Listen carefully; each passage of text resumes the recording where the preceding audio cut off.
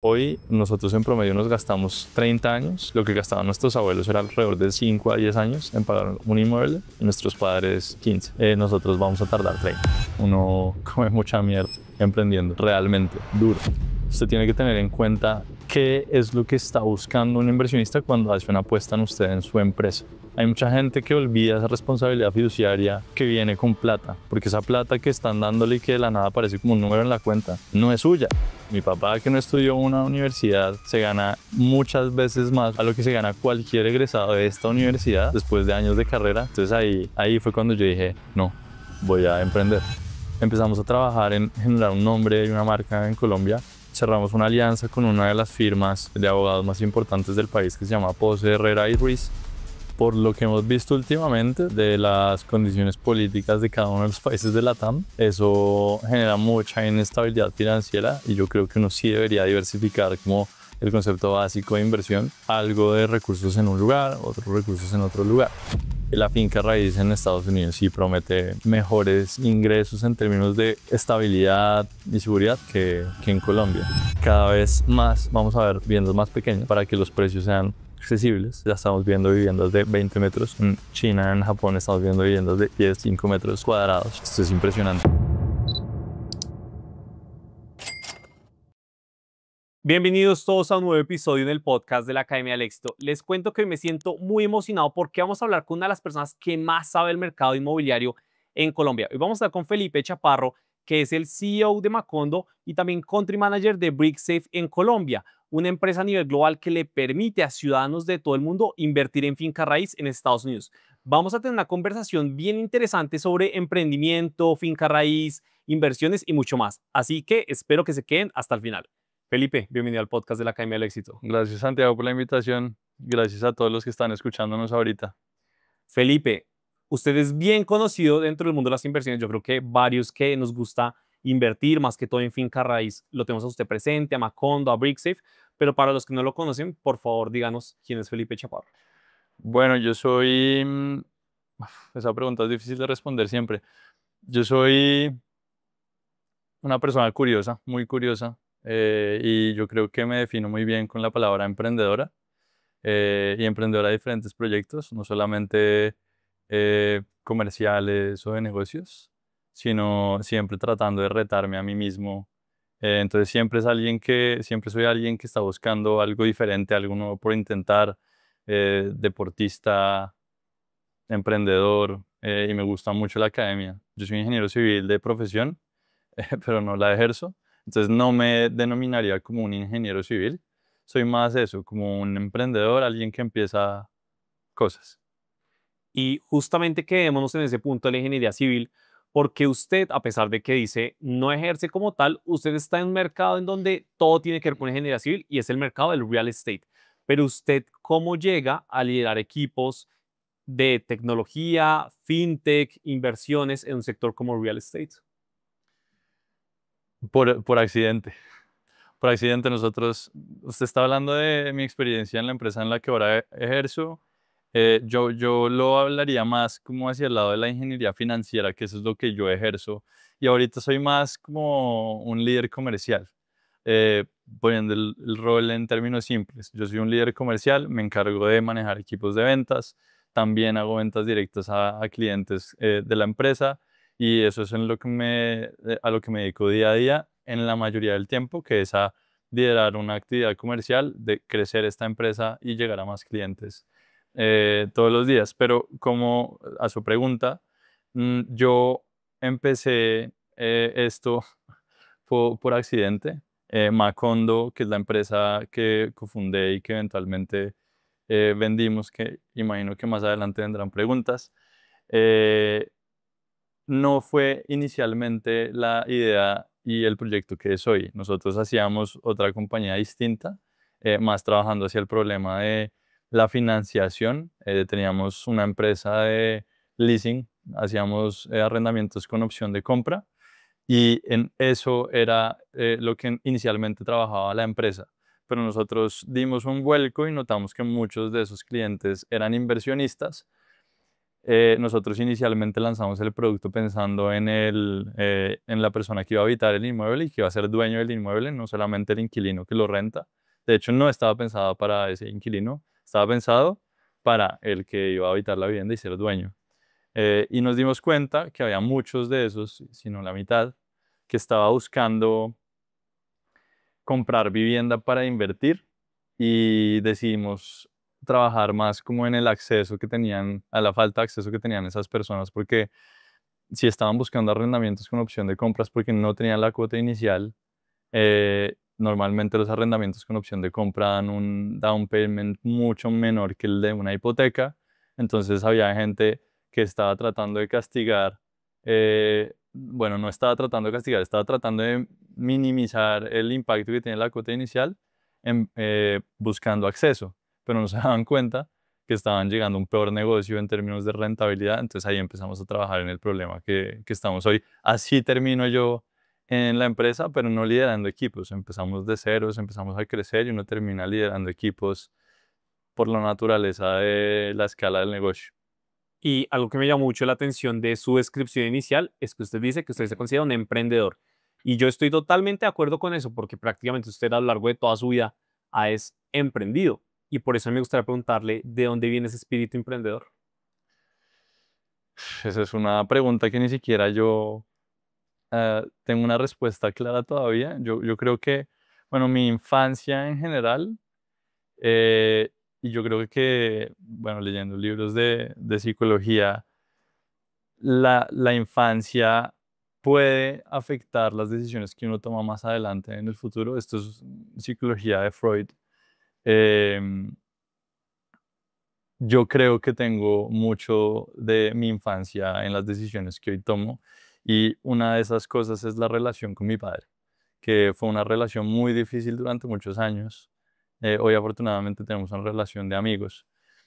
Pero esa relación a mí me enseñó autonomía, me enseñó a querer valerme por mí mismo. O inicialmente quizás tuve mucha fricción con esa idea porque pues es un niño que necesita valerse de los papás, pero yo no tuve nunca esa conexión emocional tan cercana cuando fui niño.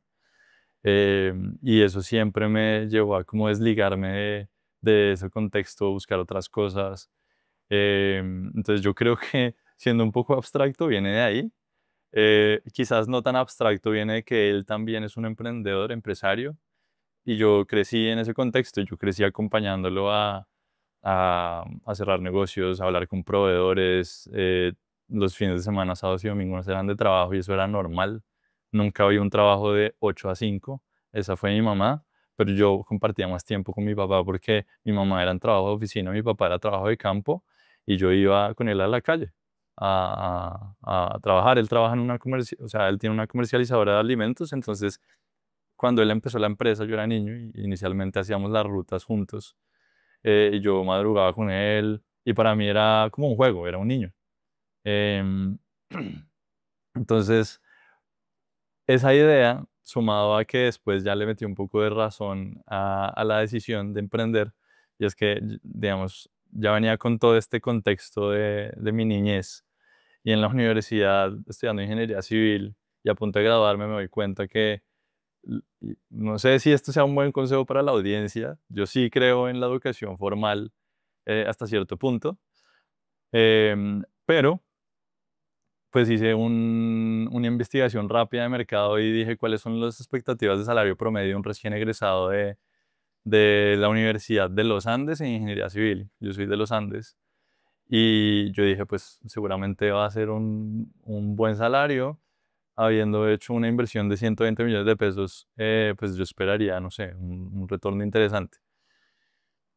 Y el salario promedio era 1.800.000, 1.500.000, cuando yo me gradué hace 8 años.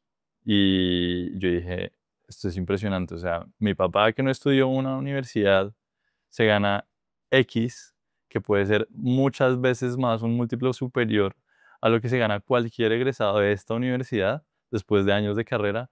Yo, ¿por qué tengo que irme por esa línea? Entonces ahí fue cuando yo dije, no, voy a emprender. Extrañamente y de manera contraintuitiva, había quien estuvo en desacuerdo cuando tomé esa decisión. ¿Su papá? Sí. Ujú. Entonces, Fue chistoso porque él sabía, y yo creo que ahora entiendo lo entiendo después de 5 años, entiendo su forma de pensar y es que uno come mucha mierda emprendiendo, realmente, duro. Y pocas personas me han visto a mí sufrir tanto con esto, mis socios, mi novia, mi familia, pero es duro, es duro. Y me llama mucho la atención, pues, de todo eso que acaba de mencionar. Primero, lo que dice que muchas de nuestras decisiones en el hoy o en nuestro camino viene de la niñez. Yo creo que totalmente de acuerdo. Incluso me gustaría invitar a la audiencia a que reflexionen sobre esto y si nos quieren compartir algo, a que lo dejen en los comentarios. Y segundo, mire que a pesar de que yo soy profesor universitario, opino exactamente igual que usted y siento que las universidades en gran parte se están quedando atrás con muchos de los cambios que hay hoy en el mundo y que hay alternativas mucho más baratas, pero que te pueden dar un retorno superior o igual a lo que tiene una carrera formal de 4 o 5 años en universidades top en Latinoamérica o en cualquier parte del mundo. Entonces, yo también digamos que obviamente promuevo la educación formal, pero creo que uno tiene que educarse de muchas maneras, no solo con la educación formal. Y usted nos está hablando, obviamente, de su experiencia como emprendedor. Y antes de que usted emprendiera, antes de que emprendiera con Macondo, usted tuvo otros dos emprendimientos, ¿cierto? Me gustaría que nos hable un poco sobre estos. Bueno, yo siempre he terminado en lugares en donde no me imaginaba que iba a terminar. eh, y me refiero a las industrias en donde he emprendido. Para mí no fue una elección deliberada emprender en real estate. Yo no sabía qué significaba emprender en esta industria y tampoco en las anteriores.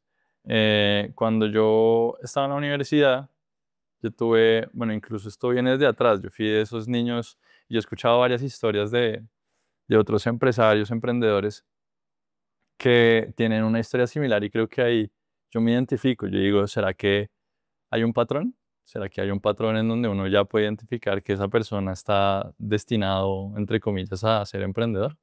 A menos de que algo extraordinario en su camino pase, va a ser emprendedor. Yo escuchaba la historia de Miguel McAllister, de José Guillermo Calderón, que son emprendedores que admiro mucho. Ellos cofundaron domicilios.com, que eventualmente vendieron y salieron a bolsa con la empresa que los adquirió. Y después fundaron Merkeo y Muy. Ellos empezaron muy pequeños. Miguel con su tema de páginas web, José Guillermo también creo que vendía cosas en la niñez y yo también. Yo vendía dulces en el colegio. eh, en el colegio tenía mi propia red de agentes distribuidores. En la universidad vendí sándwiches. En la universidad vendí sándwiches y vendía como 500 sándwiches al mes. No era algo insignificante tampoco. Y me hacía mucha plata que terminaba, esto sí es muy malo desde un punto de vista de inversiones que hoy manejo, gastándomela toda. Pero eso sí tenía platas para rumbear. Em, y bueno, como de estas experiencias, como que sí tenía el apetito por empezar algo nuevo. Yo trabajé un año en consultoría durante la universidad, eh, que se embocó en reafirmar la idea que yo no quería trabajar y quería empezar algo propio. Por eso digo que no sé si esto es un buen consejo porque es un riesgo muy grande de tomar camino propio. Em, Ahí yo salgo de la universidad y bueno, ahí paso por un proceso muy difícil como de mi vida en donde tengo una lesión a partir del deporte.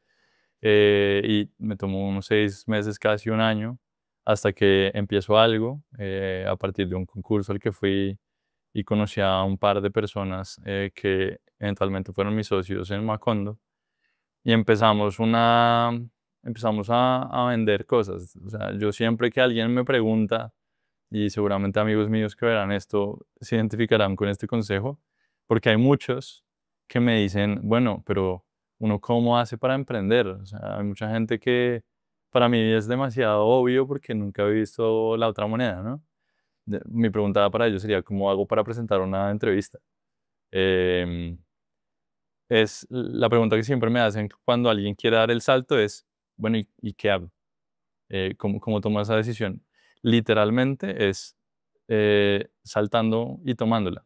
Y lo que yo siempre les digo para empezar es, el que quiera emprender venda algo, a menos de que ya tenga el camino completamente claro de hacia dónde quiere hacerlo.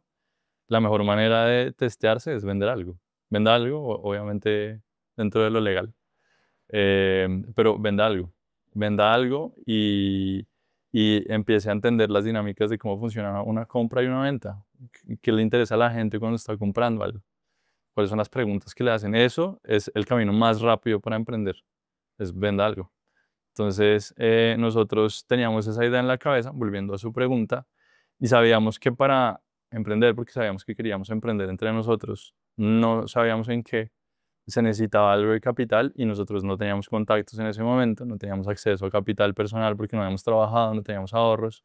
O sea, era el peor momento para emprender desde un punto de vista financiero. Y dijimos, bueno, para tener algo de capital, vendamos algo. Y coincidió con que empezamos a vender productos de, bueno, inicialmente fueron camisetas, eso no le fue tan mal, pero no le fue tan bien.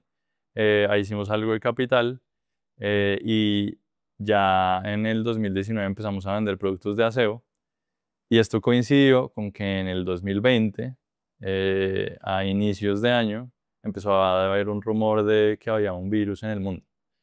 Y mi socio, muy visionario, que además él tiene una clínica, porque de productos de aseo, porque él tiene una IPS, entonces algo conocíamos del sector, él es socio. Y en ese momento, él empezó a ver que China empezó a importar, no exportar, importar bienes de primera necesidad como tapabocas y otros insumos. Y la pregunta era, ¿por qué si el mayor productor de estos productos, que además abastece a todo el mundo, le queda para abastecer a su país y abastecer a todo el mundo, está importando además? O sea, todo lo que produce no le alcanza para el consumo interno, está pasando algo. Y eso fue como el primer insight para decir, compremos esas cosas. Eso que es un commodity va a tener un alza ahorita. Yo le creí y nos estoqueamos de tapabocas y gel antibacterial antes de que todo el mundo tuviera eso como inversión. Y ahí empezó el proyecto de vender algo para tener algo de liquidez. Eh, y sorprendentemente eso que compramos se vendió roto en menos de una semana. Y fue una inversión como de 10 millones de pesos, que era pequeña, y nos hicimos 15. O sea, teníamos 5 de utilidad. Con esos 15 compramos todo otra vez. Y llegamos como a 20 y a 30. Rotamos otra vez todo muy rápido y a la tercera rotación nos quedamos inventariados con como 5.000 botellas de gel antibacterial. No teníamos tapabocas, teníamos 5.000 botellas súper caras, porque obviamente eso era muy especulativo en ese momento y no sabíamos a quién vendérselas, estaban muy caras, el costo unitario nadie lo iba a pagar. Entonces ahí la idea, digamos, la innovación vino bueno, si no podemos competir con calidad, compitamos con precio, porque al final es un commodity, la forma de competir es con precio, cómo bajamos el precio. No íbamos a poder bajar el del inventario, pero entonces sí podíamos bajar el de algo mucho más grande. ¿Sabe? Lo que hicimos fue buscar laboratorios, nos fuimos por allá al sur a buscar laboratorios que hicieran maquilas, que no tuvieran la capacidad económica para pagar un negocio grande, pero que tuvieran la capacidad para producirlo. Y pagamos maquilas, nosotros nos conseguíamos los insumos y pagábamos la producción a ellos. Pero nos faltaba entonces la demanda. Ya teníamos eso y empezamos eh, coincidió eso con la suerte de que en ese momento los contratos pasaron a ser por contratación directa con el Estado, porque como eran bienes de primera necesidad y demasiada urgencia, nadie sabía qué era este virus y todo el mundo necesitaba esos productos, sobre todo los empleados públicos. Entonces el Estado levantó las licitaciones normales y lo hizo de contratación directa. Contratación directa es que básicamente usted conoce el contratista de una compra y le puede enviar una cotización, que es, digamos, como participan los que envían licitaciones. Y si la aceptan bajo ciertos requisitos, ya se la ganó. Sí, no hay una licitación, no hay un pliego, se ahorra muchas partes del proceso y eso hace que un proceso de 3 meses pase al ser de una semana. Entonces, en ese momento la suerte fue que nosotros despachábamos todos los productos desde la casa de mi socio y una de las compradoras de nuestros productos, que eran básicamente las vecinas de él, era la esposa del vicefiscal general de la Nación. Y este señor tocó la puerta, dijo, nos gusta su producto, tomen la tarjeta de la compradora de la fiscalía y participen a ver si logran algo. Todo fue muy correcto y nosotros pues hicimos eso. El primer lote, que eran por 3.000, ya estamos haciendo cuentas de que se iban a ir, ya podíamos entrar el carro al garaje por fin, lo perdimos. Entonces empezamos a negociar otra vez con proveedores, bajamos más el precio y el siguiente lote, que era de 50.000 botellas, lo ganamos. Y pasamos de vender de a 5, de a 2 botellas por pedido a vender 50.000. Y ese año terminamos cerrando contratos por más de 150.000 o 200.000 botellas que le vendimos a Grupo Aval, a Kimberly Clark, a la Fiscalía, a más entidades. Y así terminamos construyendo una empresa que inicialmente habíamos pensado como un negocio para tener algo de caja. Eso nos terminó dejando buena plata que usamos para eventualmente fundar Macondo. Felipe, y hay algo que me gustaría preguntarle y es sobre las ideas, ¿cierto? Sobre el valor de las ideas. Pero quiero preguntarle lo siguiente. ¿Usted cómo identifica una idea que vale la pena a tal punto para apostarle toda esa idea? Y también preguntarle si alguna vez en su vida ha tenido una idea o un proyecto al cual usted ha dicho, a esto vale la pena apostarle todo. Yo creo que, o sea, ideas así o ideas que las haya ejecutado en realidad. No, como por ejemplo, digamos, vamos a colocar un caso real relacionado con el tema Macondo. Por ejemplo, ustedes ven una oportunidad muy interesante de invertir en finca raíz. ¿Por qué? Pues porque a quien alguna vez en su vida no le han dicho, compre una casa, un apartamento y póngalo a rentar, ¿cierto? Entonces viene, digamos, mucho en la concepción de las personas, pero dicen, pero todo el mundo también quisiera tener una propiedad, no en Colombia, sino en Estados Unidos, ¿sí? Entonces, esto parece ser una gran idea, nadie lo hace o muy pocos lo hacen, nosotros lo vamos a hacer. Entonces, es una idea que parece ser muy buena, apostémosle todo para sacar algo gigante de esto. Algo así. Ok, ok. Entonces, más como evalúo yo un proyecto antes de ejecutarlo. ¿Sí? Entiendo. Listo. Afortunadamente hay estructuras. Ahora, yo creo que sí hay proyectos atípicos que se salen del molde. Y le pongo un ejemplo. Biotecnología, por ejemplo, es algo muy difícil de evaluar antes de hacer una gran apuesta. Usted tiene que apostar mucho para saber si va a funcionar o no. Entonces el riesgo es muy grande, pero el concepto básico riesgo-retorno sigue aplicando. A medida que aumenta el riesgo, también puede aumentar la rentabilidad. En proyectos funciona igual. Entonces, normalmente yo que evalúo si el proyecto se puede testear rápido, em, ahí lo que normalmente yo haría es desarrollar un producto o el servicio mínimo viable. ¿Cómo puedo yo testear este proyecto lo más rápido posible, de la manera más eficiente en términos de gasto de recursos, para tener retroalimentación de a quien quiero servir? ¿Cómo empezó Macondo? Nosotros iniciamos con y esto pues va a quedar público, pero nosotros iniciamos con un apartamento que ni siquiera teníamos comprado, prometiendo, no prometiendo, decíamos que lo teníamos y lo que sí habíamos hecho bien eran los contratos y entender la parte legal, en lo que se nos fue muy poco comparado a lo que se nos pudo haber ido si comprábamos el apartamento, y entender si había mercado. Entonces decíamos, ¿usted quiere ser dueño de este apartamento por 20 millones de pesos? Y mostrábamos todas las fotos del apartamento que no eran nuestras.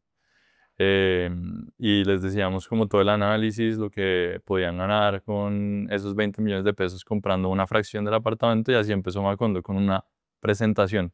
No empezamos con una oficina ni con una página web, con nada. Empezamos con una presentación llamando a personas que podían ser interesadas en este producto. Ojalá no la mamá ni las tías, sino amigos, aunque sí terminaron invirtiendo un par de tías en el primer apartamento.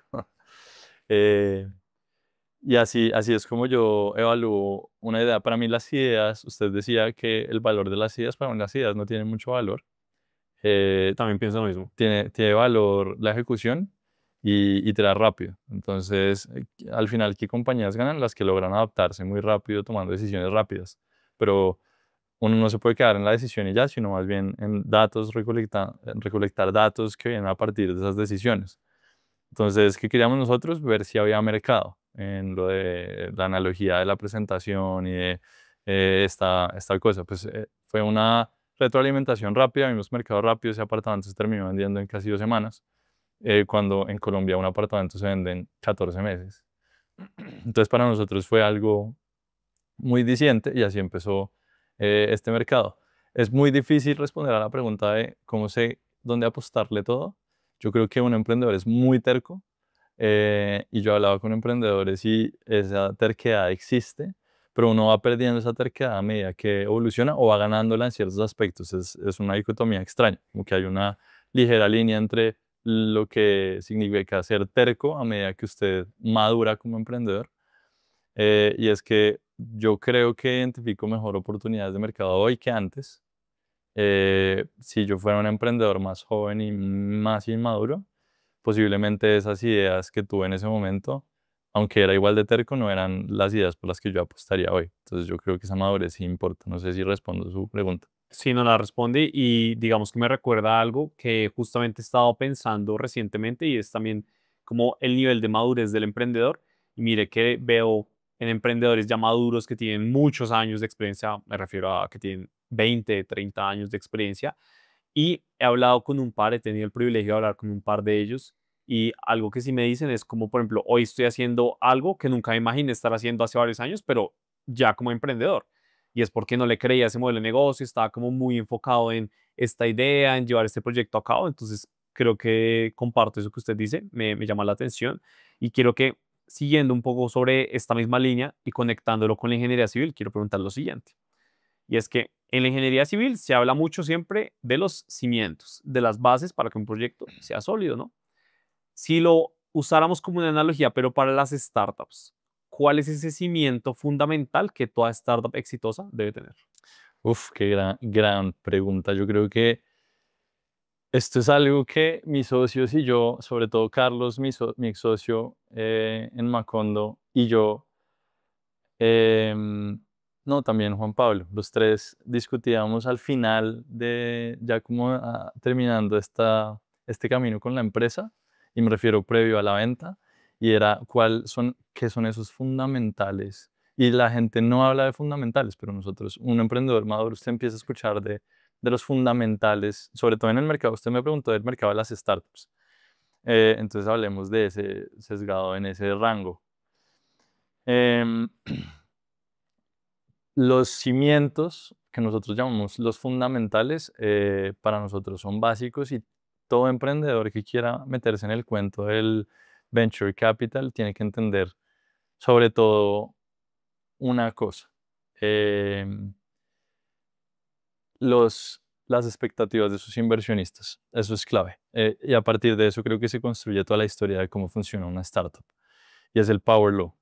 Usted tiene que tener en cuenta qué es lo que está buscando un inversionista cuando hace una apuesta en usted, en su empresa. Hay mucha gente que olvida esa responsabilidad fiduciaria que viene con plata, porque esa plata que están dándole y que de la nada aparece como un número en la cuenta, no es suya.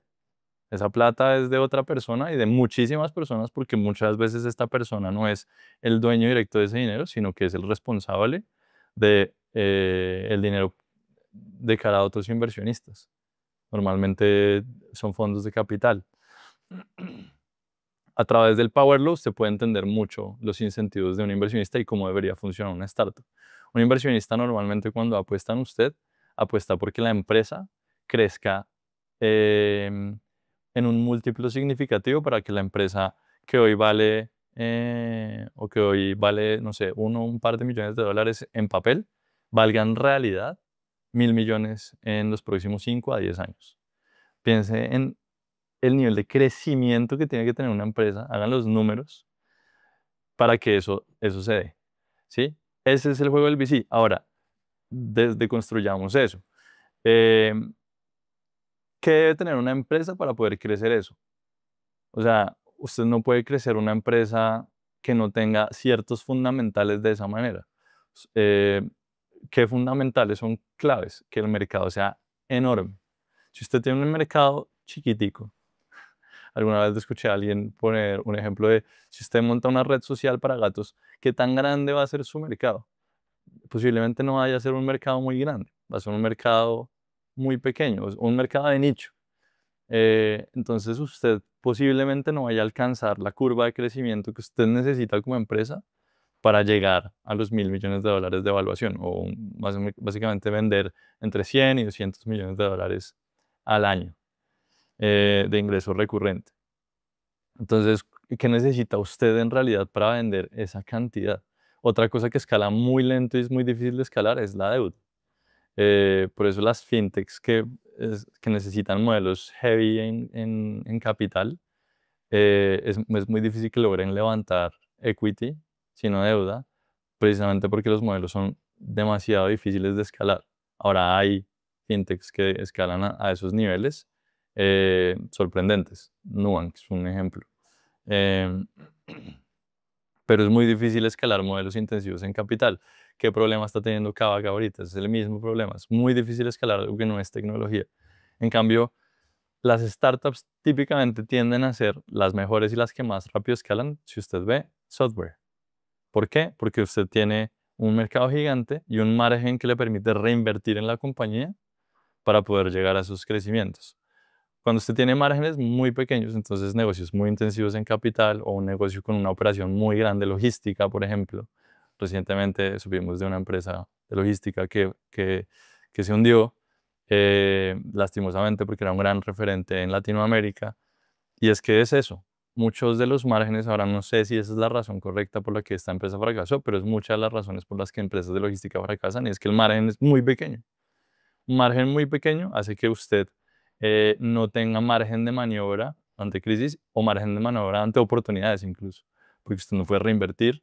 Un gran margen sí le permite a usted reinvertir para hacer ese efecto blitzscaling que llaman, que es reinversión para poder llegar a esos márgenes. Ese es el mundo VC. Y esos son los fundamentales que hay que tener claros antes de empezar un proyecto de estos. Hablando sobre Macondo, ya nos comentó un poco de dónde viene la idea, nos comentó la historia del apartamento, cómo comenzaron, ¿cierto? En Macondo, antes de la venta, ¿cuál fue el desafío más grande que afrontaron? Estuvimos dos veces muy cerca de quebrar. Eh, y yo creo que parte de nuestros inversionistas no conocen esta historia. Y hablo de los del cap table. Mm, y es porque básicamente la primera vez éramos emprendedores poco experimentados y contratamos mucho, muy rápido. Em, Afortunadamente entró algo más de inyección de capital y ahí pudimos darle un respiro, reestructuramos la empresa, básicamente echamos personas, lo que nos permitió tener algo más de holgura y empezamos a entender que con equipos pequeños también podíamos escalar. Y la segunda vez fue más reputacional porque las propiedades en las que habíamos invertido inicialmente, habíamos direccionado la inversión inicialmente, no estaban rentando lo que nosotros esperábamos y ahí fue donde empezamos, de hecho, a construir una forma de buscar solucionar eso y llegamos a una alianza que terminó siendo una adquisición. Y ustedes lograron tener, y a día de hoy, cientos de clientes, muchas propiedades en Estados Unidos, y usted hace un rato hablaba de vender, ¿no? ¿Cómo logran vender esta idea, este modelo de negocio a inversionistas del común que quizá no están tan familiarizados con el crowdfunding, con inversiones fraccionadas en Estados Unidos? ¿Cómo lograron vender su idea? Al principio fue muy difícil porque no entendíamos mucho de nuestro producto. Yo creo que esto es una invitación para todos los emprendedores y es que, o los que quieren emprender, y es que conozcan muy bien a su cliente y una forma de conocerlo es lanzando el producto. Nosotros no teníamos ni idea de nuestro cliente. Usted tiene dos opciones. Hay muchos emprendedores que dicen, no, no. Hay alguien que quiere ser emprendedor, normalmente pensaría que entrevistas funciona. Para mí no. Para mí, a mí casi no me gustan los focus groups. Yo estoy muy en contra de esa idea de mercadeo. Me gusta mucho, en cambio, hacer testeos fáciles y baratos en el mercado. Por eso le digo que hay que entender muy bien el tipo de proyecto. Entonces, para llegar a cientos de clientes hay que empezar por uno.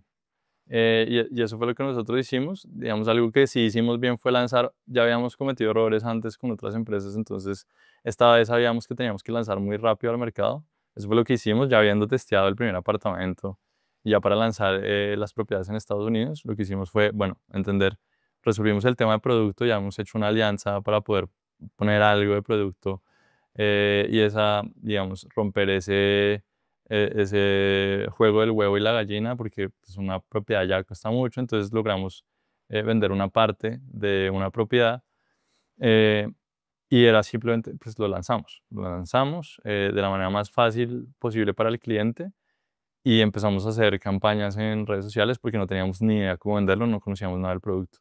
Yo creo que lo más importante para los emprendedores es la forma en la que uno tiene que vender algo es conociendo mucho de su cliente, en dónde están, qué hacen. Alguien alguna vez me preguntó sobre mi cliente, bueno, y qué tipo de perfume usa. Eso no era para realmente buscar la respuesta, sino para darme a entender que yo necesitaba entender más cosas sobre mi cliente. Entonces ahí fue cuando nos empezamos a dar la tarea de eh, a partir de los hábitos de compra, empezaba a preguntarle a algunas personas sobre su día a día y ahí empezamos a entender que este producto, productos de donde yo estoy poniendo mis ahorros a cambio de comprar propiedades que al final voy a estar gestionando yo como gestor, es un producto de confianza. Es netamente confianza. Yo creo que en temas de asesoría, en temas de inversión, en temas de gestión en general, todo es confianza. El sello de los reguladores, ¿eso qué es? Es confianza, ¿sí? Porque muchas veces no tienen que estar encima de uno para que uno vea las cosas bien. Simplemente que las personas saben que eso les genera confianza y terminan comprando. Entonces, yo como rompí esa barrera para llegar a miles de clientes, entendiendo las formas más escalables de romper esa brecha de confianza. Para nosotros, comunidades de inversión, personas como usted, que nos ayudan muchísimo, eso para mí genera muchísima visibilidad. Hay muchas personas que empiezan a creer. En este momento, afortunadamente, después de pandemia hubo un boom y hay muchas personas que han generado esa credibilidad en comunidades. Entonces, hoy nos movemos mucho dentro de comunidades y prensa nos ayuda un montón. Eso al final rompe la misma barrera. O sea, nosotros en mi día a día, yo siempre estoy buscando barreras para romper confianza. A mí la generación de contenido en el largo plazo ayuda, pero no en el corto plazo porque nadie me conoce. La primera vez que me ve por el algoritmo no me conocen. Entonces yo tengo que esforzarme para que la empresa tenga otros canales para generarle confianza a esa persona. Esa persona me vio ahí, pero va a querer saber, oiga, listo, están vendiendo esto, pero entonces se mete a Google y busca y va a ver un artículo de portafolio, La República, Forbes, sobre la empresa y sobre nosotros. Entonces, ¿qué empieza a generarle? Confianza.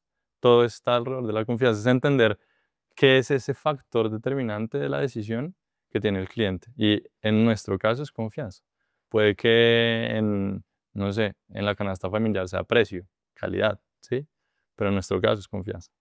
Oiga, y quedamos porque hay algo que me llama mucho la atención de eso que acaba de mencionar, porque incluso creo que es algo que me puede servir mucho a mí y a muchísimas personas de la audiencia, cómo se logra ese relacionamiento con la prensa, ¿sí? Se lo pregunto porque yo creo que es algo estratégico, es algo que efectivamente genera confianza y que nos deja a nosotros como emprendedores, como marca personal o como negocios, pues mostrar como una exposición de lo que hacemos frente al mundo. Entonces, usted o ustedes, digamos, cómo han logrado ese acercamiento con distintos formatos de prensa, ¿cómo lo han logrado? Es chistoso porque antes de la adquisición nosotros no teníamos ningún PR ni agencia ni nada. El PR lo está viendo usted acá, lo está entrevistando. Yo, algo en lo que he sido bueno es no tener pena durante mi vida y siempre preguntarle a alguien independientemente del contexto, quizás no en un funeral, pero sí en cualquier otro contexto, a qué se dedica. Eh, y mucha gente no pregunta eso. Y el hecho de que yo haga esta pregunta me da, no lo pienso como una ventaja competitiva porque yo no estoy pensando de la persona que está al lado como mi competidor, pero sí me da como esa curiosidad que tengo, como me definí al principio, me da una ventaja eventualmente de entender, bueno, yo conocí a esta persona, empezamos a entablar una relación, de pronto fuimos por cervezas y ahí se quedó, pero yo ya sé qué hace esa persona y a lo largo de mi vida yo había conocido a un par de periodistas que pues en contextos sociales y al final empezamos a trabajar yo directamente preguntándoles, bueno, como haciendo la pregunta que usted me acaba de hacer, ¿cómo hago para romper con esta barrera y lograr tener un artículo en prensa? Y estas personas me enseñaron a mí que hay que tener una historia, hay que contar historias. La gente, estos clics que a la gente al final es porque quieren ver una historia o se identifican con una historia. Y la historia de Macondo afortunadamente era fácil de contar, era algo innovador, disruptivo, emprendedores jóvenes, entonces uno lo podía alinear por diferentes caminos y siempre había tela por donde cortar sobre la historia. Entonces, después de entender la historia y tener la narrativa, ya era más un tema de relacionamiento. Y pues algo en lo que he sido bueno es en eso, en relacionarme. Entonces es un par de llamadas, tratar de llegar al editor o a la persona que pudiera poner el artículo. No sé si esto es secreto de Estado dentro del gremio de los periodistas, pero si uno ve en los artículos, a veces no son anónimos y el periodista pone su nombre, uno lo puede buscar en redes sociales y a veces responde. Ahora, estas personas están muy acostumbradas a que les escriban todos los días. Es como un venture capital que recibe un montón de presentaciones de empresas todos los días. Ellos van a recibir presentación de noticias todos los días, pero van a escoger las historias que mejor se puedan contar. Entonces, uno tiene que tener clara la historia y la red. Bueno, gracias por el dato. Le pediré algunos contactos que nos puedan servir por acá. Y Eso. quiero que volvamos a la historia de Macondo. Y es que no sé si le pasa, pero muchas veces en el camino del emprendedor hay como un producto, un servicio, un video, una venta que lo cambió todo. En el caso de ustedes, ¿tuvieron algún proyecto que fue tan exitoso que generó un impacto muy grande en ustedes o realmente no lo han tenido? ¿Qué tal va el episodio? Excelente, ¿no? Lo que sí no es excelente es que más del 80% de las personas que ven estos videos no están suscritas al canal y eso que es gratis. Si quieres que sigamos trayendo a los mejores invitados y creando el mejor podcast de finanzas e inversiones, emprendimiento y buenos hábitos, te invito a que te suscribas al canal, le des like a los videos y nos dejes en los comentarios todas tus opiniones. Créeme que tú eres pieza clave en este proyecto. Pero ahora sí, continuemos con el podcast. No, sí, un par. Nosotros descubrimos una comunidad en Latinoamérica que estaba enfocada en construir comunidad dentro del mundo inmobiliario y básicamente venden inmuebles dentro de esa comunidad. Es una comunidad que hoy tiene más de 2.500 miembros y haber llegado a esa comunidad fue un granito y otro, y creo que el más relevante fue eh, volviendo al tema de la confianza y entender qué es lo que determina la decisión de compra de mi cliente, que es la confianza. Empezamos a trabajar en generar un nombre y una marca en Colombia y cerramos una alianza con una de las firmas dentro de nuestro nicho de abogados más importantes del país que se llama Pose Herrera y Ruiz, que es una de las firmas, es la firma más importante en temas de impuestos y de asesoría patrimonial que existe en el país y es una de las 4 firmas con mayores ingresos de todo el país en el último año. Eso, pues dentro de nuestro mundo en el que se mueven muchos empresarios y la gestión patrimonial, pues fue un hito muy relevante porque pudimos trabajar con personas de mucho mayor ingreso y empresarios muy importantes como sus gestores de inmuebles y ahí hubo un cambio gigante.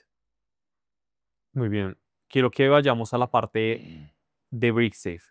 Quiero que nos cuente un poco la historia. ¿Cómo llega BrickSafe a conocerlos? ¿Cómo es la historia? Cuéntenos un poco sobre esa anécdota de cómo se conocen, cómo llegan a relacionarse y después a hacer la posterior venta de la compañía. Bueno, em, a ver, esto es un poco de serendipia. Yo creo, haciendo la reflexión, yo creo que mucho de esto, y hay personas, como hay dos escuelas, hay personas que dicen que esto no fue suerte, hay personas que dicen que fue suerte. Yo creo que fue una combinación de las dos. Inicialmente creía que era mucha suerte más que otra cosa, eh, pero sí hay cierto mérito en tener la preparación cuando llega el momento, ¿no? Entonces, algo que hizo muy bien mi ex socio Carlos, todavía socio dentro de la compañía, eh, y es que se empezó a relacionar a muy alto nivel. Sabíamos que la red del Venture Capital importante no estaba en Latinoamérica, sino que estaba en San Francisco, en Estados Unidos. Y lo que él hizo fue viajar y empezar a generar una red allá. Y en estos meses de trabajar en su red, en generar relaciones, terminó conociendo al director de un fondo y fundador de un fondo muy grande en Brasil. Y se volvieron amigos muy cercanos que nos presentó con una persona de la compañía. Y así eventualmente se empezó una relación y nosotros en ese momento teníamos este cuello de botella de llegar a mejor oferta de inmuebles, una mejor oferta en términos de calidad y consistencia. Y nos gustó mucho el modelo de BrickSafe, entonces inicialmente exploramos un modelo de joint venture en donde nosotros vendíamos inmuebles marca blanca, que terminó transformándose después de 6 meses, un proceso en donde nos dejaron gosteados y después reaparecieron en la adquisición. Entonces así fue, a través de una relación que se hizo en San Francisco, de un fondo muy de la industria, nos hicieron una intro relevante y terminaron adquiriéndonos. Y desde el punto de vista de Brixie, ya que hacen parte de la misma compañía, ¿qué cree usted que hizo para ellos que adquirir Macondo fuera algo atractivo?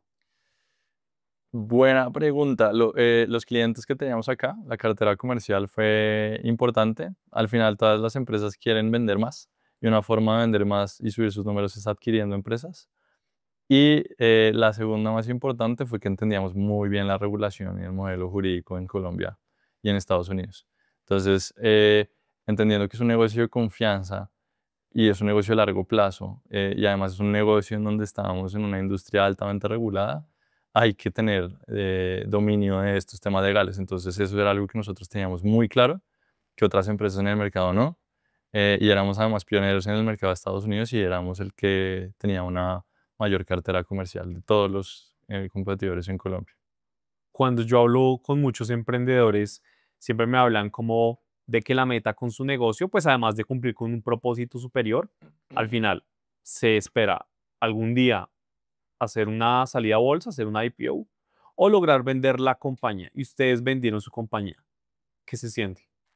No, no sé. Es extraño porque cuando logramos la transacción nunca paramos, seguíamos trabajando, entonces no había un momento de celebrar. Creo que nunca celebramos, no hubo fiesta, no hubo nada. No hubo champaña, que en un rooftop, en un hotel, no, nada de eso hubo. Nosotros al siguiente día fuimos a trabajar porque teníamos que responder, ahora teníamos una mayor responsabilidad que era no solamente responder a nuestros inversionistas, sino responder a los inversionistas de la empresa que nos estaba adquiriendo. Entonces, digamos que en esos términos no se sintió nada. Ya después, quizás puede ser el síndrome del impostor, que simplemente como que uno no se da la palmadita. Ya después con un poco de la prensa y de las felicitaciones que llegaban de la red, pues uno empieza a entender quizás el hito.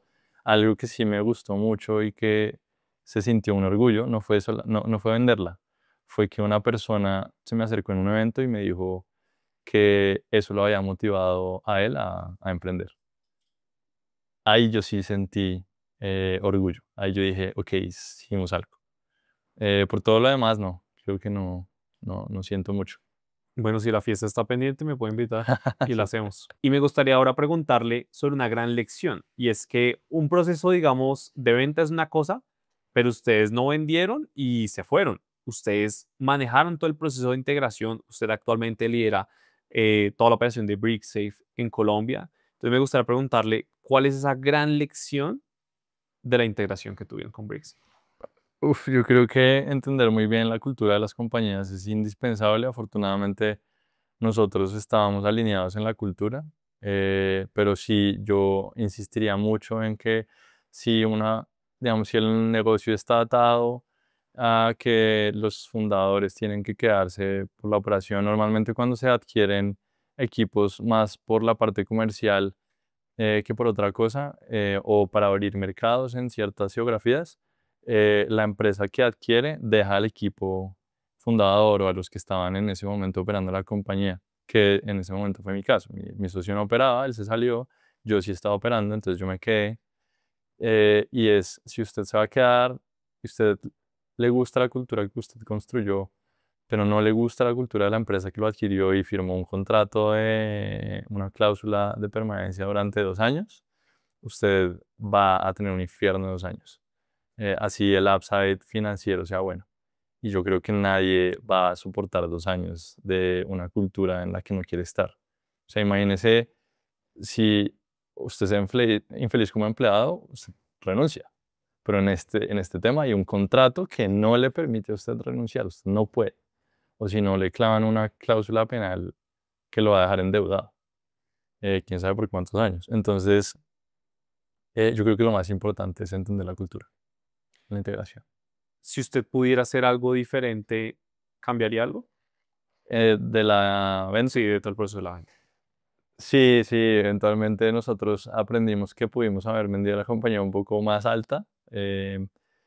Y esto lo saqué y es por falta de experiencia y quizás de mejor asesoría, porque hay un tema, esto puede ser muy técnico, que se llaman los earnouts en un contrato de venta. Expliquémoslo. Eh, Eso es básicamente que yo puedo dilatar la transacción, digamos, habiendo firmado una promesa de compraventa como cuando un inmueble, pero, bueno, pongamos el ejemplo con el inmueble.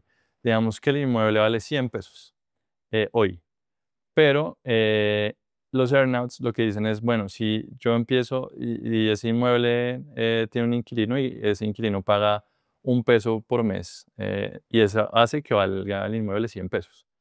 Pero digamos que el earnout es, si yo logro que esa renta incremente a 2 pesos, entonces el inmueble puede llegar a valer 150, ¿sí?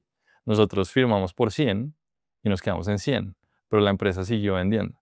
La empresa creció casi 2 veces durante el momento, durante ese tiempo en donde se firmó la promesa. Eh, y eso hace que la empresa valga un punto distinto en la salida que cuando firmamos la promesa. Entonces pasa lo mismo con el ejemplo. El inmueble ya estaba generando 2 pesos, el inmueble ya no vale 100, el inmueble posiblemente vale 150 o 200. Nosotros firmamos por 100. Eso es algo que por falta de experiencia, por falta de buena asesoría, nos faltó. Y algo que me llama la atención es también qué rol juegan los inversionistas de Macondo al momento de hacer la adquisición. Porque pues al final, a pesar de que ustedes eran los socios, se habían puesto obviamente el capital, también lo que se llama como sweat equity, como pues su trabajo para sacar adelante la compañía, pues ustedes también tuvieron inversión, ¿cierto? Cuando se adquiere la compañía, inmediatamente a estos inversionistas se les devuelve su inversión más unos retornos o cómo se maneja eso. Depende de las transacciones. Yo en particular de esta no puedo hablar mucho, pero yo creo que en general depende mucho de las transacciones. Yo creo que en un contrato usted puede poner lo que sea, lo que sea. Obviamente todos los inversionistas quieren hacer su exit, tener ese evento de liquidez. Felipe, me gustaría que ahora pasemos a una de las partes que creo que la audiencia ha pedido más para este podcast y es justamente hablar sobre la finca raíz. Y me gustaría comenzar preguntándole por qué vale la pena invertir en finca raíz de Estados Unidos para una persona que viva en Latinoamérica. Uf, sí, yo creo que por lo que hemos visto últimamente, o sea, me refiero a los últimos 8 años, de las condiciones políticas de cada uno de los países de Latam, eso genera mucha inestabilidad financiera y yo creo que uno sí debería diversificar como el concepto básico de inversión. Ahora, hay conceptos de diversificación, hay mucha gente que lo extrapola a hiperdiversificación, yo no creo que tanto en eso. Además que operativamente manejar un portafolio hiperdiversificado es demasiado difícil y costoso, pero yo sí creo que diversificar es sano. Y una forma de diversificar es básicamente, o sea, ni siquiera hablando de inmuebles, sacando un poco de los recursos que yo tengo acá. Y yo creo mucho en Colombia y yo creo que este país es hermoso y por eso emprendí acá. Pero, pero sí creo que uno debería, desde un punto de vista familiar y personal, tener algo de recursos en un lugar, otros recursos en otro lugar. Y ahora, porque finca raíz, yo creo que tradicionalmente es un vehículo que toda la gente conoce, es familiar. O sea, y nosotros creamos un producto para que la gente que no está metida en el mundo de las inversiones pueda acceder. Entonces, normalmente si yo no estoy metido en el mundo de las inversiones y no tengo la educación necesaria o no quiero aprender, que eso también es válido, eh, pues simplemente uso algo que es familiar para mí, y es la finca raíz.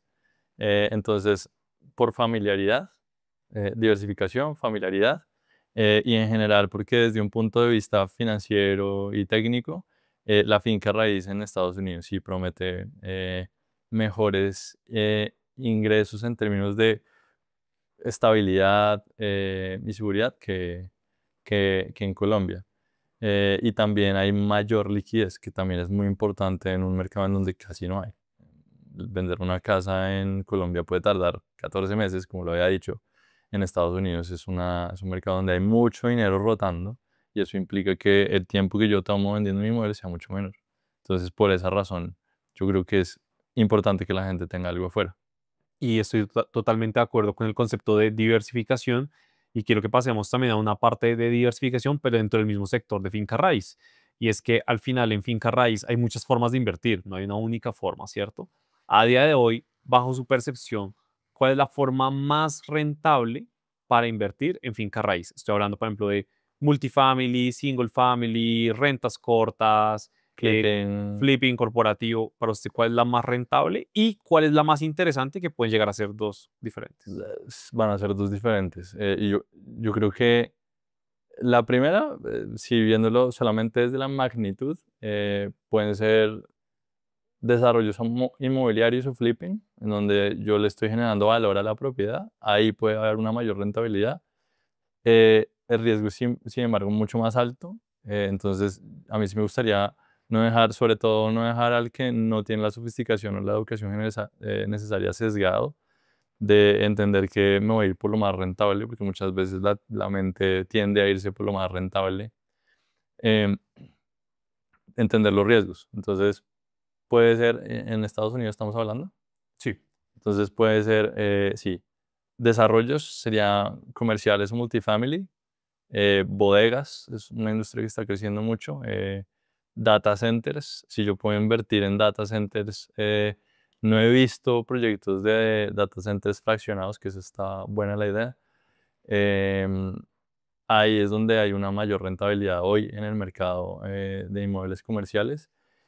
Y si yo soy un inversionista que va uno a uno con mis inversiones, flipping, es donde yo compro la propiedad o la apalanco con deuda como parte del equity. Hoy estoy aumentando mucho el riesgo. Entonces es flipping con un apalancamiento, puede ser la, la respuesta a esa pregunta. Pero ahí hay un riesgo bien alto. Cuando yo quiero invertir en un proyecto de finca raíz, ¿cuáles son las variables clave que yo debería revisar antes de invertir en algún proyecto?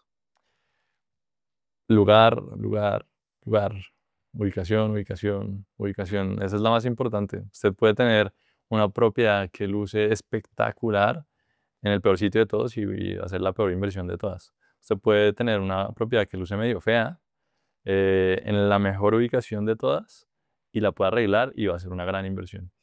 Esa, para resumírselo, esa es la más importante. Ya después, el precio al que usted entra. Esa es la segunda más importante. Si usted está comprando caro, no importa que la propiedad esté bien ubicada, usted está pagando caro, usted va a perder dinero. Y usted dice el lugar, clave el lugar. ¿Qué, digamos, en qué nos podemos fijar en los alrededores para decir esta es una buena ubicación? Depende del tipo de inversión inmobiliaria. Pero entonces, hablando de nuestro expertise, que son residencias, usted tiene que entender muy bien el perfil de inquilino al que está apuntando y qué busca ese inquilino. Al final se vuelve una empresa. Usted tiene que ver su inmueble como una empresa. ¿Y quién es su cliente? Su inquilino. Entonces, ¿qué quiere mi inquilino? ¿Qué es mi inquilino? Es una persona joven, asalariada. ¿Cuántos años tiene? Entonces, ¿le gusta salir? Si le gusta salir, ¿qué necesita cerca? ¿Sí? Entonces, todas estas variables impactan la decisión de un inquilino de rentar su inmueble. Si yo tengo alta demanda por mi inmueble, ¿qué va a pasar con mi activo? Pues va a tener buen valor. Y seguramente va a ya ser una buena inversión si yo accedo a ese inmueble a bajo precio. Piense en familias, que buscan una familia. Estoy criando niños pequeños que necesito escuelas. Entonces, ¿qué escuelas hay? ¿De qué calidad son? ¿Accesibles o no en términos de precio? Todo esto es importante, seguridad para las familias. Hay muchas variables que impactan en la decisión de un inquilino de habitar un inmueble. Eso es lo que yo tengo que revisar. Y precio. ¿Cuáles son los errores más comunes que comete la gente a la hora de invertir en finca raíz? No hacer estos análisis. Eso es lo más importante. Mucha gente, y sobre todo empezando, eh, simplemente compra porque está cerca. Si usted les pregunta, haga un censo, pregúntele a 20 de sus amigos quién tiene inmuebles y haga dentro de ese grupo de personas que sí tienen inmuebles otro censo y pregúnteles en dónde están los inmuebles. Y estoy seguro que en el 80% de los casos son personas que compraron inmuebles en donde viven o en donde nacieron, no necesariamente en donde es una buena inversión. Ahora, eso no necesariamente está mal si yo estoy controlando mi inmueble, pero si lo tengo con una inmobiliaria, ¿cuál es el incentivo de tenerlo cerca? ¿Sí? Entonces, es no hacer la evaluación que le dije. Hablando desde el punto de vista de Macondo y de Bricksafe, ¿sí? ¿Cómo protegen el capital de los inversionistas cuando hacen inversiones fraccionadas o crowdfunding con ustedes? Muy buena pregunta.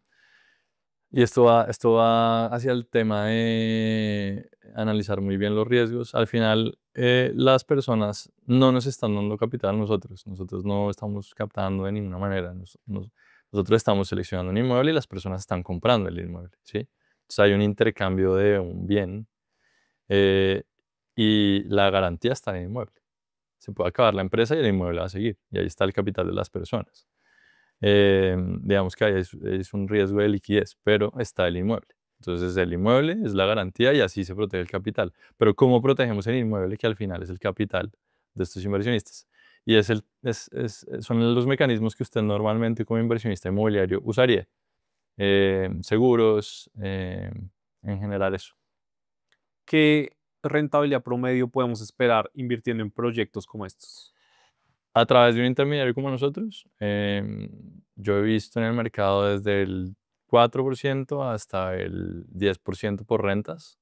Más allá de eso puede ser que estén inflando los números o una estafa, más la valorización, dependiendo del tipo de activo. ¿Sí? De nuevo, hay demasiadas inversiones inmobiliarias allá afuera y me refiero al tipo de inversión. Estoy hablando de residencial, multifamily, comercial, oficinas, bodegas, laboratorios, etcétera. Y hay algo que me surge y es, usted hablaba también de que lo más importante es como el lugar, hacer bien el due diligence, pero también un factor muy importante es el precio al que uno entra en una propiedad. Muy ¿Yo cómo puedo identificar cuando una propiedad o un mercado está sobrevalorado? Para identificar si un mercado está sobrevalorado o una propiedad está sobrevalorada, bueno, nosotros tenemos una perspectiva más bien técnica para evaluarlo, pero en palabras simples es como si yo que estoy pagando caro, tengo que hacer una comparación, una comparativa del mercado. Afortunadamente en Estados Unidos hay acceso a mucha información, entonces yo puedo ver y aquí es importante el valor unitario, porque muchas veces una persona ve el inmueble y le pone un precio de $200.000, pero no está entendiendo si está pagando caro o no. Simplemente ve el inmueble y 200.000 y ve otro inmueble parecido y 250.000, entonces yo estoy pagando barato, pero puede que el de 250.000 tenga un valor por pie cuadrado de $140 y aquí yo estoy pagando 150. Entonces acá yo estoy pagando más caro. Entonces hay que entender mucho el valor unitario y una forma de entender es, bueno, si yo estoy comprando vivienda nueva o usada, el valor por pie cuadrado sí tiende a cambiar. Normalmente una vivienda nueva tiene un valor por pie cuadrado más alto que una vivienda usada. Entonces, ¿cómo identificar que algo está caro? Pues viendo las viviendas nuevas es una forma.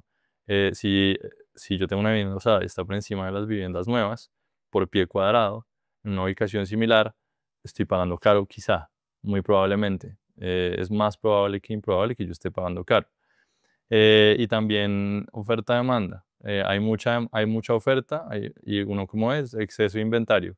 Hay formas de entender si hay mucho inventario, hay estadísticas en el mercado que le muestran a usted cuánto va a tardar un inventario en rotar a la velocidad que viene rotando. Entonces ahí usted puede ver si es un mercado de compra o es un mercado de venta, quién tiene el poder, el negociador o el comprador, el vendedor o el comprador. Y ahí usted puede saber si está pagando un precio alto o no. Espero que más o menos responda a su pregunta. La respondemos. Y quiero que ahora cambiemos el enfoque y es cómo está cambiando el mercado inmobiliario. Yo creo que a lo largo de toda la conversación que hemos tenido hemos hablado del rol de la tecnología para hacer crecer los negocios. Pero ahora me gustaría preguntarle, ¿cuál es el rol de la tecnología en el mercado de finca raíz, en el mercado de real estate y cómo lo está transformando? Bueno, nosotros hemos usado tecnología desde nuestra incepción y le voy a contar eso como un punto de benchmarking del mercado. Y es que con todo el tema de la evolución de los modelos de datos, de información y la inteligencia artificial, nosotros hemos cada vez incorporado más datos en nuestro modelo que nos ayuda a hacer un análisis más profundo y cada vez que se desarrolla esta tecnología, pues a llegar a insights más claros sobre el mercado. Entonces, una forma es, y muchos jugadores en el mercado, bancos, fondos, trusts, pueden usar tecnología que hemos incorporado nosotros en nuestro modelo para escalar sus propios negocios. Entonces, esa es una forma en la que uno puede usar la tecnología en nuestros negocios y yo creo que cada vez con mayor desarrollo, con mayor capacidad computacional, esto va a ser cada vez más comoditizable y tanto usted como yo, como personas de a pie, vamos a poder tener acceso a modelos como los que nosotros construimos, mucho más barato. Hoy son muy costosos, pero yo creo que eso va a ser algo que va a cambiar la industria por completo. Imagínese usted tener el poder que tiene una empresa de 40 millones de dólares para comprarse un inmueble de 50.000, de 100.000 a su mano. ¿Cómo ve el futuro del real estate en Colombia, en Latinoamérica, en el mundo? Bueno, yo creo genuinamente en la visión con la que nosotros partimos y parte del problema que estamos tratando de resolver es esa diferencia y disparidad que hay entre el crecimiento acelerado de la inflación y el crecimiento de los ingresos de las personas. Hace poco vi una métrica que decía cuánto más o menos tarda una persona en comprar un inmueble hoy versus cuánto tardaba una persona en comprar un inmueble hace 50 años. Y esa cifra creció más 2 veces. O sea, hoy nosotros en promedio nos gastamos 30 años. Lo que gastaban nuestros abuelos era alrededor de 5 a 10 años en pagar un inmueble y nuestros padres 15. Nosotros vamos a tardar 30. Y esa cifra va a aumentar con el paso de los años. ¿Eso qué implica? Que cada vez más vamos a ver viviendas más pequeñas para que los precios sean accesibles. Vamos a ver viviendas más pequeñas, ya estamos viendo viviendas de 20 metros. En China, en Japón, estamos viendo viviendas de 10, 5 metros cuadrados. Eh, Eso es algo que va a transformar la industria desde la construcción hasta la venta, hasta la forma en la que se invierte. Entonces, una de esas cosas que va a crecer son empresas como nosotros. ¿Cuál es el próximo paso que ustedes como Brixif van a tener en Colombia, en Latinoamérica? Estamos trabajando en un par de alianzas potenciales que lo cambiarían todo. Esperamos cerrarlas en los próximos meses y se enterarán muy pronto. Felipe, quiero que pasemos a una parte de liderazgo, vida personal, y es que usted en su rol como emprendedor tiene que tener un rol también de líder. Usted como lidera, digamos que manteniéndose a flote por toda la presión que tiene encima, en donde hay inversionistas, en donde hay empleados y en donde hay sueños y un propósito grande por cumplir. Yo creo que he cometido muchos errores como líder, sobre todo porque yo no me formé como tal. Yo empecé, y lo digo con la mayor humildad del asunto, yo creo que el equipo que he intentado liderar es muy bueno y tiene muchas capacidades, seguramente escucharán esto. Y el liderazgo se aprende, o sea, yo he aprendido a medida que me he transformado con ellos y yo creo que es desde la escucha y desde l- como este ejemplo activo de hacer las cosas liderando desde un punto de vista activo y no pasivo en donde yo simplemente delego y no estoy a cargo de nada más sino de medir los resultados. Yo creo que uno sí tiene que tener algo de capacidad para delegar, pero también de capacidad para acompañar esa instrucción que usted dio con trabajo. Y es cliché porque muchas personas lo dicen, pero es importante que su equipo vea que usted los acompaña en el día a día. No solamente con resolver sus cuellos de botella, sino también con demostrarles que eso que les está pidiendo es posible.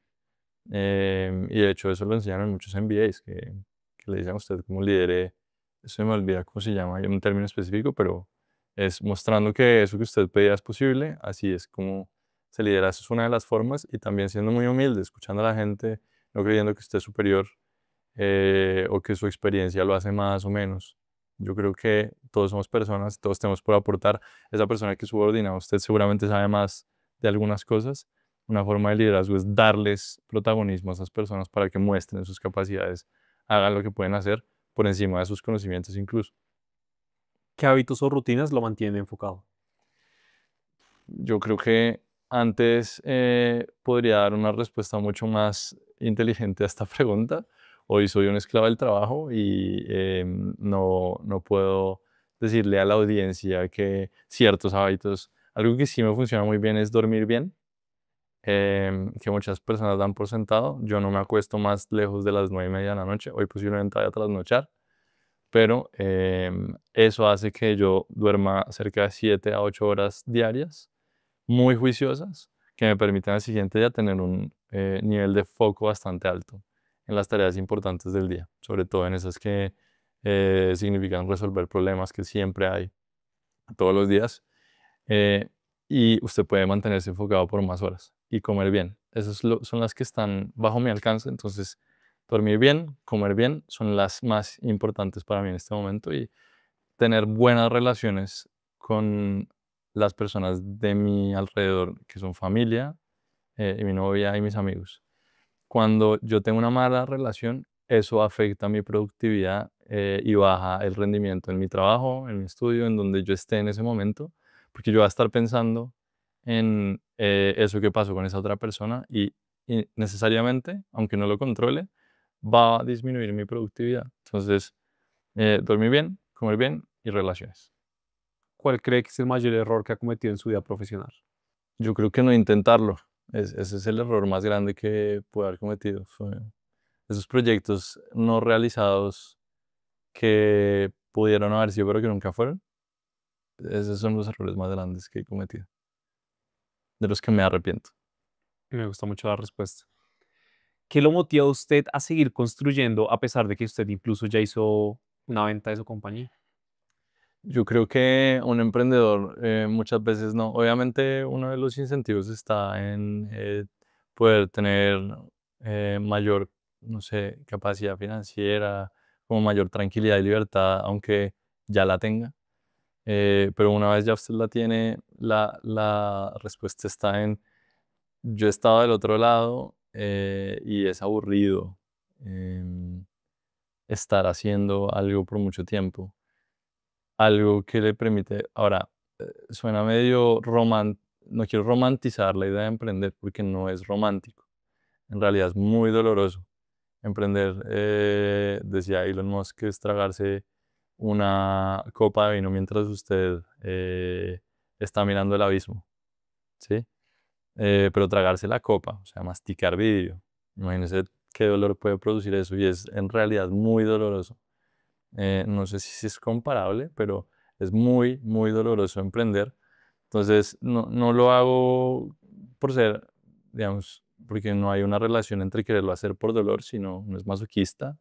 Es un poco de mantenerse constantemente retado, creo. Entonces puede ser un tema de ego quizá o un tema de superación personal. Puede verse desde las dos perspectivas. Hay mucha gente que lo hace por ego. En mi caso creo que puede ser más un tema de lo segundo, es demostrarme que puedo alcanzar más y que si pisé este escalón y pasé al siguiente, ya pude ver al siguiente, quizás usted está en este escalón y no está viendo al tercero o el cuarto porque usted simplemente no sabe que están ahí. Pero si usted cambia de escalón, de la nada apareció el tercero que ahora es el segundo y el cuarto que ahora es el tercero, más o menos ya lo está viendo, ¿sí? Entonces, es simplemente ver que a partir de que usted da un paso y progresa, quizás el siguiente también es posible. Entonces, para mí es un tema de curiosidad, de mantenerme retado. Y esta que es súper pedida por la comunidad, ¿en qué invierte Felipe? Eso es muy pedida. A ver, yo me considero muy afortunado por mi trayectoria. Tengo acceso a inversiones en empresas muy prometedoras, muy disruptivas, que obviamente recuerden que rentabilidad, riesgo van de la mano.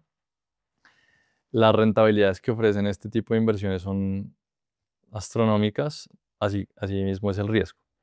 Pero yo me siento afortunado porque una forma de mitigar esos riesgos es que usted lo haga, bueno, con personas en las que confía, pero que usted sabe, y me refiero a la de confianza, es que usted los vio trabajar, que usted sabe de su capacidad de ejecución, porque una empresa muchas veces no es tanto el mercado, ni la idea, ni el proyecto, es el emprendedor, qué capacidad de ejecución tiene y qué capacidad para aguantar los golpes que se vienen tiene. Porque muchas veces lo que pasó con Macondo no va a ser Macondo inicial, sino Macondo versión 2.0, la que despega y la que tiene éxito. Entonces usted le ha puesto a esa persona detrás y yo me siento afortunado porque he logrado dar con personas que están muy bien capacitadas y que siento que van a manejar muy bien esas inversiones. Ojalá. Entonces invierto en startups, venture capital, inversiones ángeles directas, no a través de fondos. Invierto también en todo lo que es cercano a mí conozco, en agricultura, mi familia es agricultora, entonces invierto ahí. Inmuebles claramente. Y hace poco hice una inversión en un lugar más tradicional que es una cadena de restaurantes naciente. Pero todo está hacia lo que yo conozco, empresas y agro y inmuebles. Muy bien, vamos ahora con una ronda rápida de preguntas. Entonces yo le digo algo y usted me dice lo primero que se le viene a la cabeza. Una ciudad donde invertiría con ojos cerrados. Cleveland.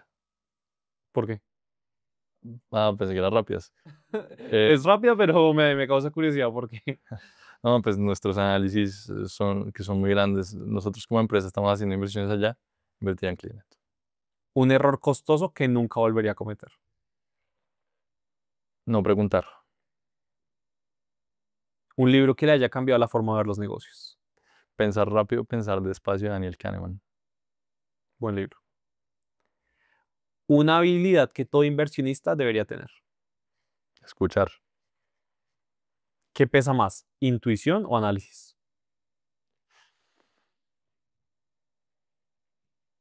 Voy a decir intuición.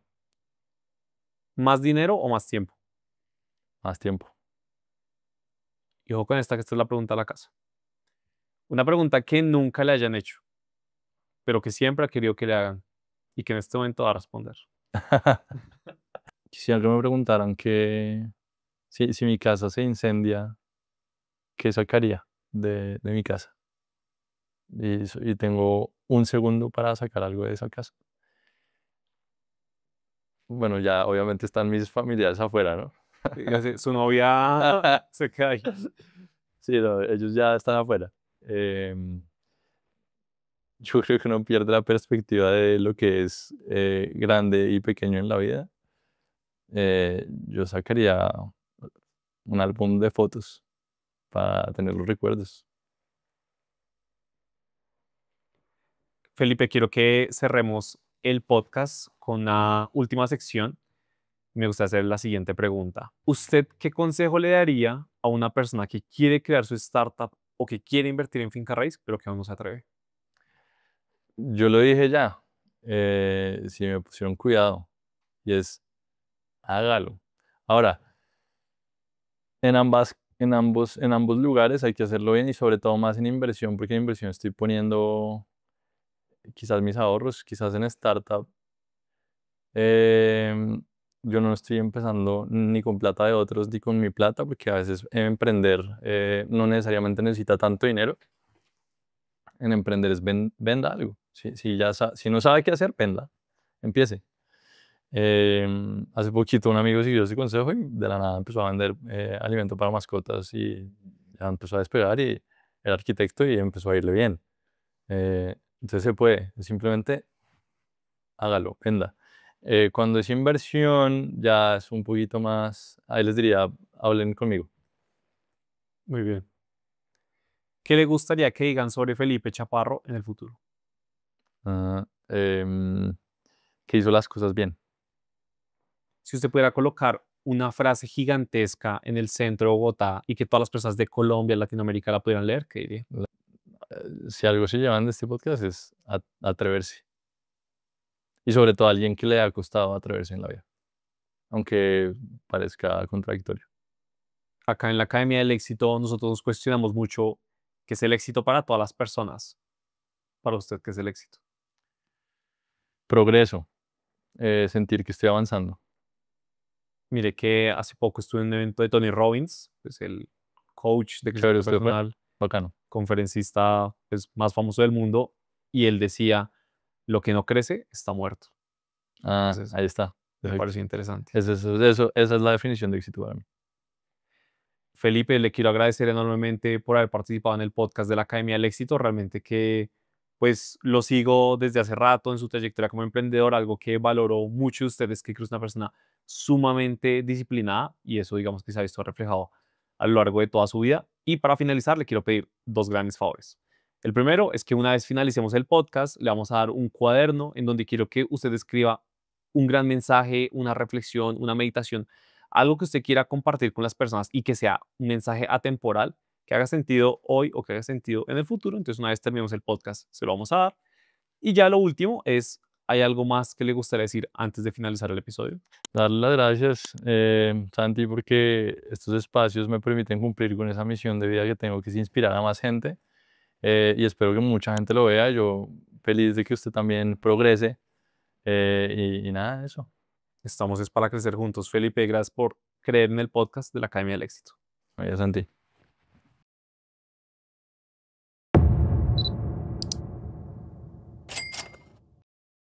Sabía que te ibas a quedar hasta el final y me alegra que te haya gustado el episodio. Es por eso que no te olvides suscribirte en el canal y por favor déjanos un like, un comentario de qué te pareció y ayúdanos a compartiendo este contenido. Recuerda que con estas acciones tuyas vamos a poder traer a los mejores invitados y crear el mejor podcast de toda la región. Nos vemos en el siguiente episodio.